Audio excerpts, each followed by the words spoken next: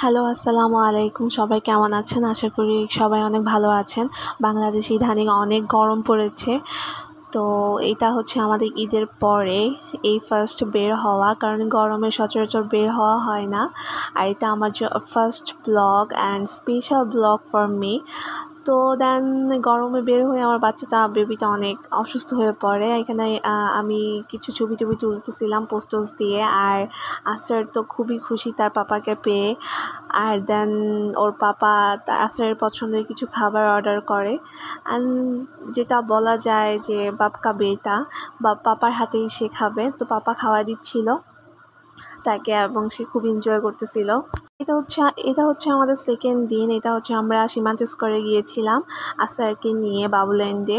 তো সচরাচর ওকে বের করা হয় না, অনেক ছোট ছিল। ইদানিং চিন্তা করতেছিলাম যে ওকে নিয়ে একটু ঘুরতে টুরতে বের হই। এটা আমিও একটু এনজয় করা হলো। আর আসার প্রথম অবস্থায় খুবই নার্ভাস ছিল, খুবই ফ্যাকাশে মুড ছিল তার। সে অবাক হয়ে সব কিছু দেখতেছিল এবং ভয় পাচ্ছিল। অ্যান্ড পরে আস্তে ধীরে সে একটু নর্মাল হয়, একটু ঘোরাঘুরি করে অ্যান্ড সে নিজে নিজে খেলার চেষ্টা করে। তার দোলনা অনেক পছন্দ, দোলনায় উঠতে সে খুব পছন্দ করে। আর এখানে সে ঘোড়ায় চড়তেছিল এবং আশেপাশে দেখতেছিল যে অনেকগুলো ঘোড়া ছিল, কোনটাতে উঠবে। এই রাইডটাতে লিটারলি সে অনেক ভয় পাচ্ছিল। সে স্টিল দাঁড়ায় ছিল এবং আমি তাকে ডাকতেছিলাম, মামুনি আম্মুর দিকে তাকাও, মামুনির দিকে তাকাও। অ্যান্ড দেন সে নড়তেও ভয় পাচ্ছিল। পরে যেন হেল্পিং হ্যান্ড যিনি ছিলেন উনি আর কি ওকে একটু হেল্প করতেছিল বা এনজয় দেওয়ার চেষ্টা করতেছিল। তো সে আসলে ভয়ে চুপ করে দাঁড়াচ্ছিল এবং সবাইকে দেখতেছে এবং পড়ে যেতেছে।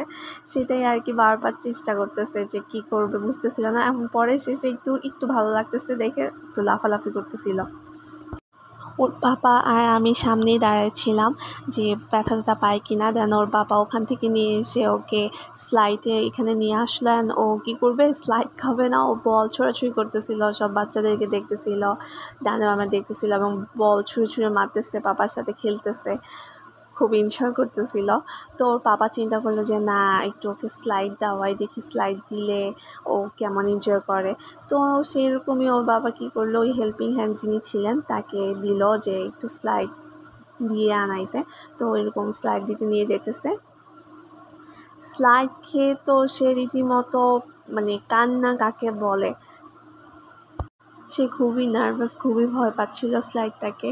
তো সে সব দিকে তাকাচ্ছিল এবং ভয় পাচ্ছিল যে কি হবে।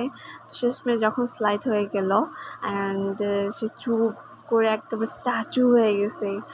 এই রাইডটা সে খুবই পছন্দ করে এবং এতটাই পছন্দ করে যে অন্য কোনো রাইডে উঠাই দিল, ঘুরে ঘুরে হাইতে হাইতে নিজে নিজে এসে এই রাইডটা এসে উঠতে থাকে এবং সব বেবিদেরকে দেখাচ্ছে, বেবিরা এসে উঠতেছে, খেলতেছে, সবার দিকে তাকাচ্ছিল। অ্যান্ড রাইডটাতে বারবার সে উঠে এবং খুব পছন্দ করে। ওখানে একটা বেবিল্যান্ডে একটা প্লেনের মতো রাইড ছিল। তো দেন আমি ওখানে ডাক্তার সাজাই, ওকে কিচেন ড্রেস পরাই দেয়। দেন ওই ড্রেসগুলো পরে খুব এনজয় করে। তো দেন অ্যান্ড দেন তাকে পাইলটের চেয়ারে বসাই এবং সে বসে বসে দেখতেছিল যে কোনটা ফেলে কোন সুইচ ধরবে, চিন্তা করতেছিল। তো আর আমি বলতেছিলাম যে পুরো প্লেনটা ঘুরে ঘুরে সবাইকে একটু দেখাই। প্লেনের ভিতর অনেকগুলো পার্ট ছিল, অনেকগুলো অ্যাক্সেসরিজ ছিল। সো আজকের মতো এই ছিল আমার ব্লগ। সবাই সুস্থ থাকবেন, ভালো থাকবেন অ্যান্ড টাটা, বাই, আল্লাহ হাফেজ।